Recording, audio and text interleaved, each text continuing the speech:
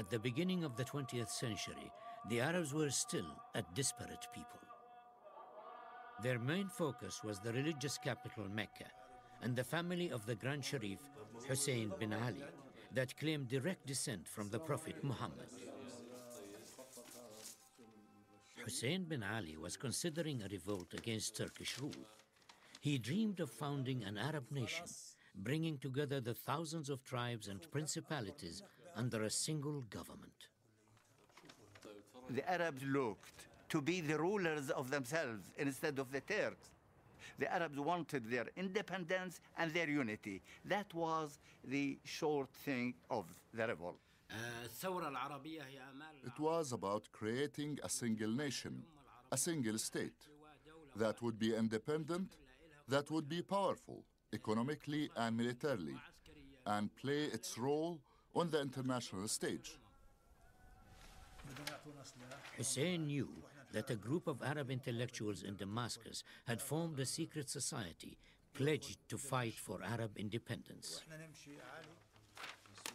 He sent two of his sons, Abdullah and Faisal, to measure the political mood among the Turks and to test Arab support for a revolt. The Turkish army controlled the region and cracked down hard on any hint of rebellion.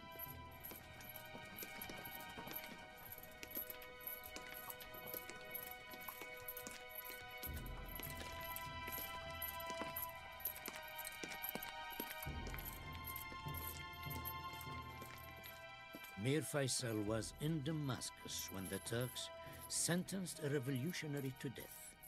Faisal campaigned for the man's freedom.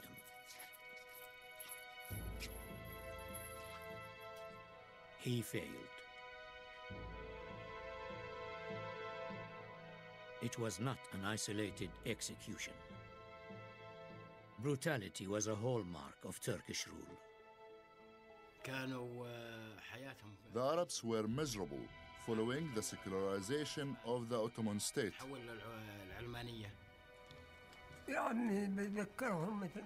I remember those times as if it was a dream. How could they be good times? They were terrible. Finally, the Turks entered the war on the German side. It was a decision that would have a dramatic impact on Middle Eastern history. The decision was fatal. It was certainly the gravest mistake that the Ottoman Empire ever took in its entire history over the 5 centuries that it lasted.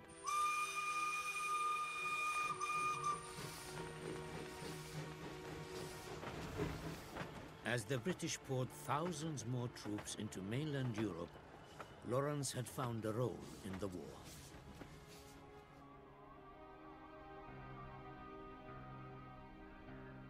His knowledge of Arabic and Arabia earned him a job in the British Army's intelligence section in Cairo. Men who served with him remember meeting a youthful but insignificant figure who often neglected to wear his belt or cap badge, whose hair was a little too long, and who had an instant disrespect for senior officers.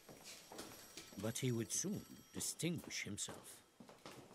The posting had landed him in a strategically vital part of the British Empire. Egypt gave the British control over their interests in the Near and Far East. It overlooked the Suez Canal and the precious land routes to India, and it gave them access to the great new resource, oil. Lawrence became involved in gathering intelligence about the possible Arab revolt. He interviewed prisoners and dissidents, ran agents, and helped to sponsor the idea of Arab insurrection. The British War Office saw that an Arab uprising could potentially destabilize the Turkish enemy. Lawrence's role gradually became more political. But he was largely office-bound and very conscious that while he sat safely in Cairo, his brothers were fighting the horrific war in Europe. Will was serving with the Royal Flying Corps. Frank was in the trenches. In May 1915, Frank was lost in action near Arras. Lawrence wrote home. Frank's death was such a shock. The hugeness of this war has made one change one's perspective, and I, for one, can hardly see the details at all. I wonder where it will all end.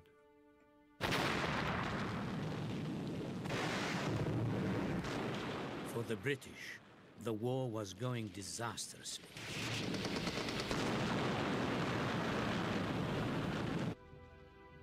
Tens of thousands of Allied troops were being slaughtered at Gallipoli.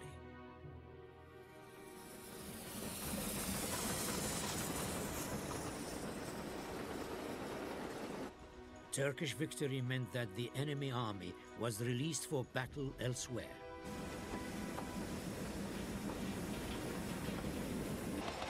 Troops were shipped south on the Hejaz Railway.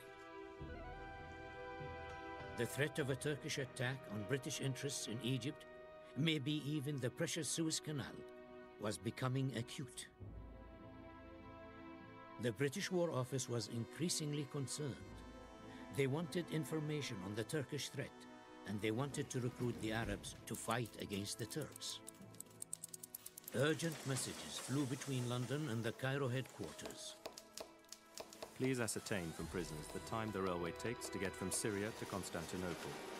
Work to prevent any alienation of the traditional loyalty of the Arabs to England. How many troops can each train move? Please offer all support to plans for an Arab revolt. Lawrence believed in the revolt. He saw what it might gain for the Arabs and for British imperial interests. It's a big game.